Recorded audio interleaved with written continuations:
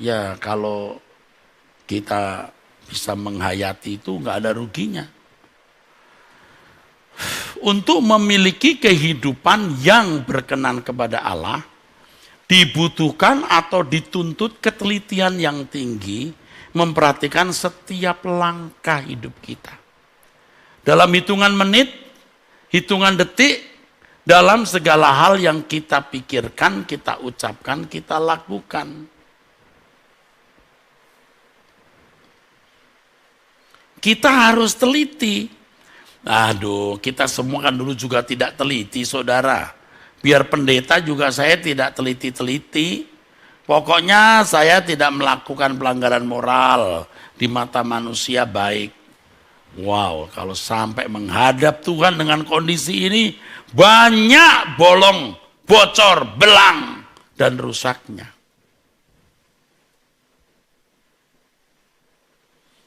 Nah, kita sekarang mau bertobat. Makanya baru-baru ini kan ada lagu yang saya tulis itu ya. Ya Tuhan beri aku mengerti keadaan itu. Itu. Ya Bapa beri aku mengerti keadaanku di matamu. Masihkah ada dosa tersembunyi, oh Lord, kesalahan tak kusadari. Ya Bapa, bukalah pengertianku agar ku kenali diriku. Masihkah ada percintaan dunia yang mengikat hatiku? Aku bersedia, aku bersedia melepas semua, tak bercela dalam pandanganmu, Lord. Sebelum mata menutup selamanya, aku layak di hadapanmu. Kita dianggap konyol nggak apa-apa, saudara ya. Ini pendeta khotbahnya itu lagi. Memang mau ngapain? Mau ikut silahkan, nggak ikut silahkan. Anda pikir saya kurang bahan? Kalau saya bisa nulis buku judulnya di atas 100 judul, udah 100 lebih, enggak tahu 120 atau berapa buku lebih ya, saya lupa. Bagaimana saya bisa kekurangan bahan? Tidak akan. Tapi yang ini memang pesan untuk kita, untuk saya, untuk saudara, untuk kita, untuk generasi ini. Apalagi setelah saya sembuh dari sakit, pulang dari pengasingan 15 hari, waduh. Yang salah satu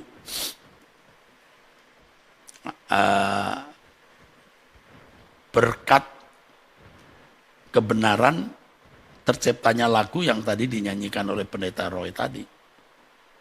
Tuhan kau gairah hidupku itu. Wah itu kalau nyanyi lagu itu shoot.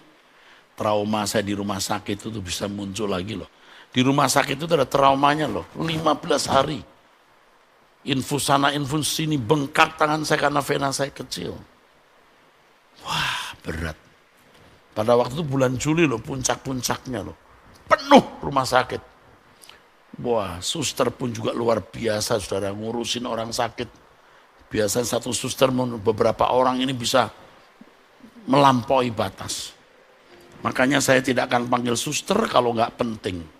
Saya urus diri saya sendiri, saya ke restroom sendiri. Saya lihat orang semua dilayani di tempat tidur. Karena kalau orang kena COVID nggak bisa bangun, Pak. Banyak yang nggak mampu bangun. Jalan 5 meter jatuh. Itu semua di tempat. Saya masih bisa ke toilet. Dan saya nggak panggil-panggil suster. Sampai suster bilang, waduh Pak, Bapak ini mandiri. Iya, mandi juga sendiri, lap-lap sendiri. Padahal ini kan ada infus nih, cara buka baju ada infus tuh Ya ada caranya lah. Bener-bener loh. Makanya kalau nyanyi lagu tadi itu ya, engkau gairah hidupku. Waduh, nyut itu ada perasaan trauma di rumah sakit. Itu saya lewat rumah sakit di mana saya pernah dirawat saja, nyut hati saya.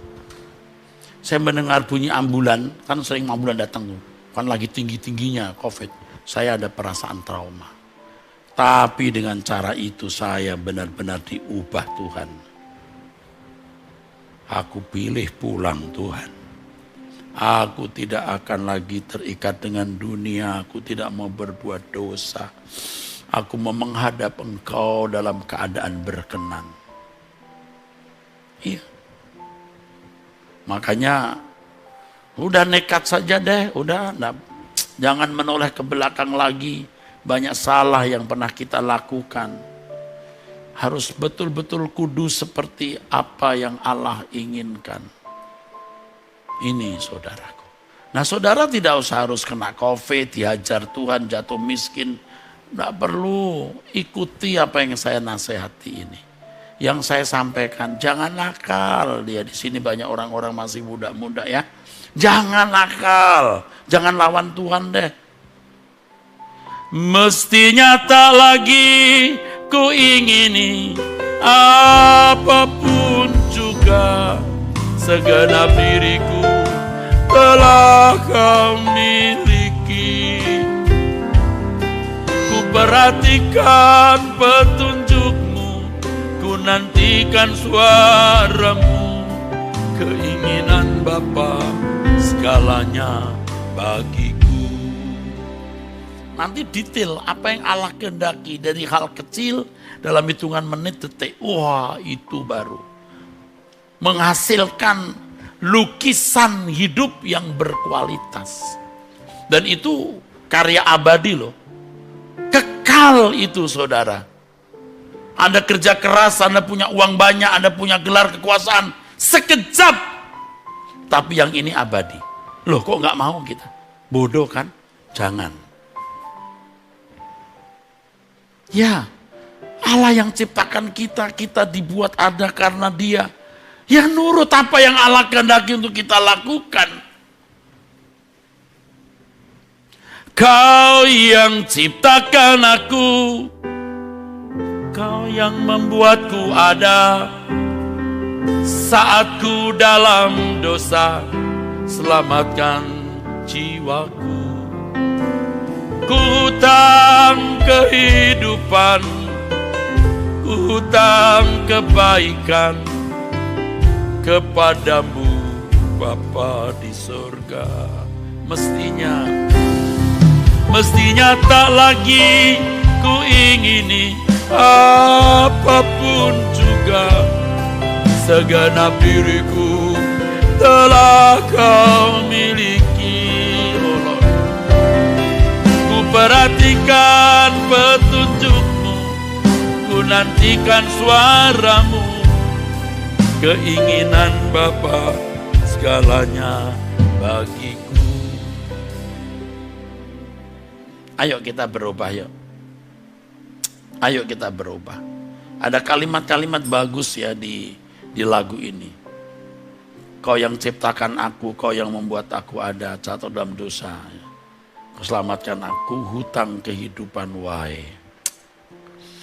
Nah, khotbah saya tidak akan selesai nih. Saya mesti membahas juga di Roma pasal 8 di mana kita berhutang untuk hidup menurut roh, ya.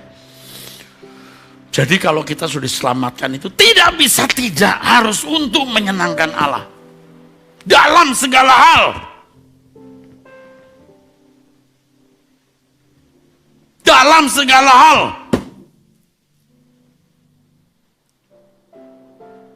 Makanya kita berhutang bukan untuk hidup menurut daging, tapi hidup menurut roh. Jangan nakal, ya. Ikuti khotbah saya nak, ikuti Bapak Ibu, ikuti. Ayo kita berubah. Saya kalau suruh ngulang ngarang lagu kayak ini tidak bisa lagi. Gimana menyusun kata-kata yang begitu indah ya, bukan memuji diri. Karena kondisi itu membuat saya bisa tulis itu. Kau yang ciptakan aku, Kau yang membuatku ada. Saat ku dalam dosa, selamatkan jiwaku. Ku hutang kehidupan, ku hutang kebaikan kepadamu, Bapa di surga. Mestinya tak lagi ku ingini apapun juga, segenap diriku telah Kau miliki. Ku perhatikan petunjukmu, ku nantikan suaramu. Keinginan Bapa segalanya bagiku. Kalau kita serius ini, benar-benar dalam hitungan detik menit selalu melakukan apa yang tepat. Waduh, menghadap Bapa di surga itu kesukaan. Kita sudah bisa melihat lukisan kita sejak di bumi. Seperti yang sering saya katakan, ada rapot bayangan, kita boleh mengintip prestasi kita. Tuhan pasti memberitahu. Ya Bapa, beri aku mengerti. Pasti Tuhan beritahu. Kamu kurang bagus ini. Kamu masih salah itu. Jadi kita tidak boleh hanya mengatakan ampuni dosaku. Lalu tidak jelas dosa yang mana. Dan memang orang tidak akan pernah tahu. Karena tidak serius. Tadi saya mengucapkan kalimat yang mestinya diingat itu. Tuhan tidak dapat mengubah kita kalau kita tidak tahu bagian mana dalam hidup kita yang harus diubah. Cara berpikir mana yang salah. Kita harus berbalik atau bertobat. Tapi masalahnya kita harus tahu.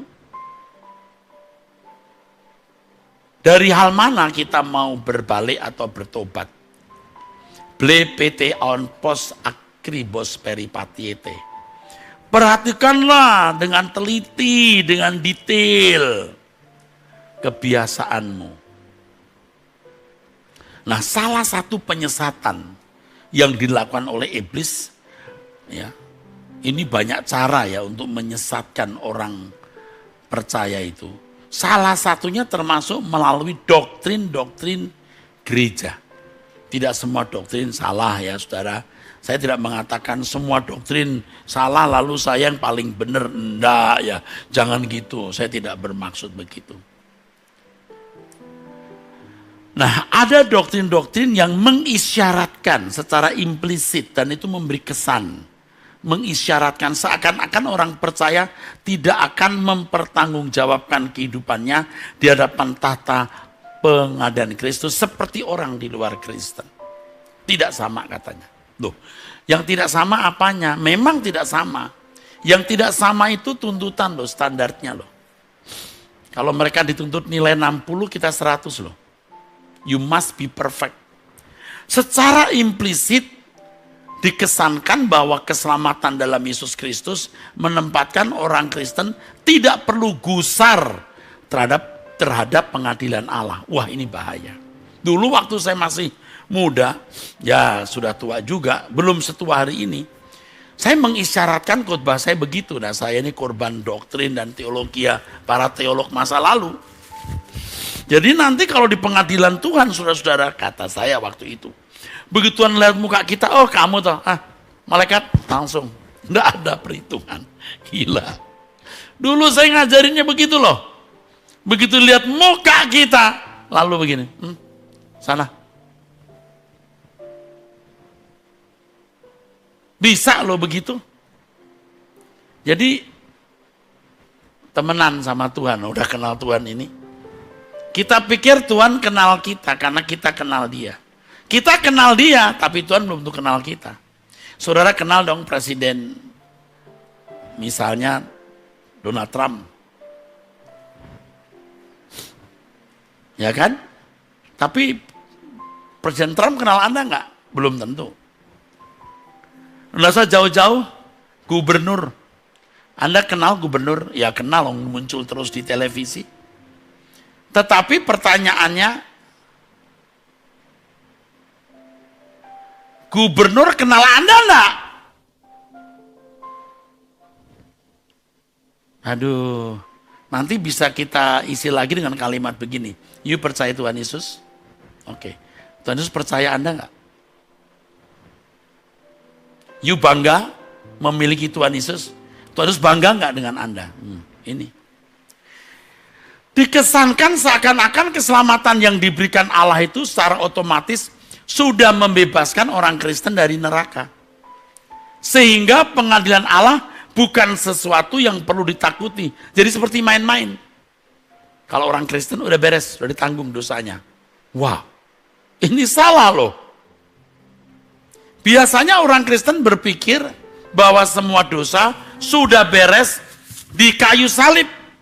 Ditambah lagi dengan pernyataan Yesus, ya, dengan mengatakan sudah selesai. Tetelestai. Sudah selesai. Finish. Dan lalu menganggap semua sudah selesai. Sudah selesai di kayu salib, Pak. Anda jangan berusaha untuk berkenan di hadapan Allah. Anda bisa berkenan itu karena Allah yang membuat Anda berkenan. Oh iya, satu aspek benar. Oh iya, yang membenarkan kita. Tapi selanjutnya Anda layak tidak masuk ke dalam keluarga kerajaan Allah. Nah ini mesti saya jelaskan lagi. Maka nanti jam 5 sore melalui Truth ID Anda ikuti lagi khotbah ini. Ini terus berlanjut. Luar biasa. Ini mengubah saudara. Ingat ya, nanti sore jangan Anda tidak ikut. Saudara mau apa hidup ini? Apalagi COVID ini membuat kita bisa mati setiap saat nih. Dunia juga tidak jelas. Dengan digulingkannya pemerintahan yang memerintah selama ini di Afghanistan, lalu Taliban menang. Timbul kekhawatiran banyak orang. Belum ketegangan Amerika Cina yang tetap makin meruncing. Pergolakan Timur Tengah. Wow, ini dunia tidak makin aman. Belum krisis ekonomi global yang belum selesai. Belum wabah COVID yang belum selesai. Dan bisa muncul berbagai wabah dengan varian-variannya. Kita mau harapkan apa dari dunia ini? Bukan mengajak saudara pesimis hidup, tetapi berpikir realistis. Makanya persiapkan dirimu untuk ada di hadapan pengadilan Tuhan. Ayo, melalui Truth ID ini loh, pemberitaan firman-Nya terus ke arah itu. Langit baru, bumi baru. Tetapi tetap bekerja dengan baik, mengabdi dengan baik. Sebagai pejabat pemerintah, sebagai dokter, tenaga medis yang sekarang sangat dibutuhkan, sebagai praktisi hukum, pengusaha, pedagang, ya pendidik, mahasiswa yang masih kuliah dan lain sebagainya. Kerjakan, do your best, kerjakan yang terbaik for our beloved God, untuk Allah Bapa yang tersayang, ya.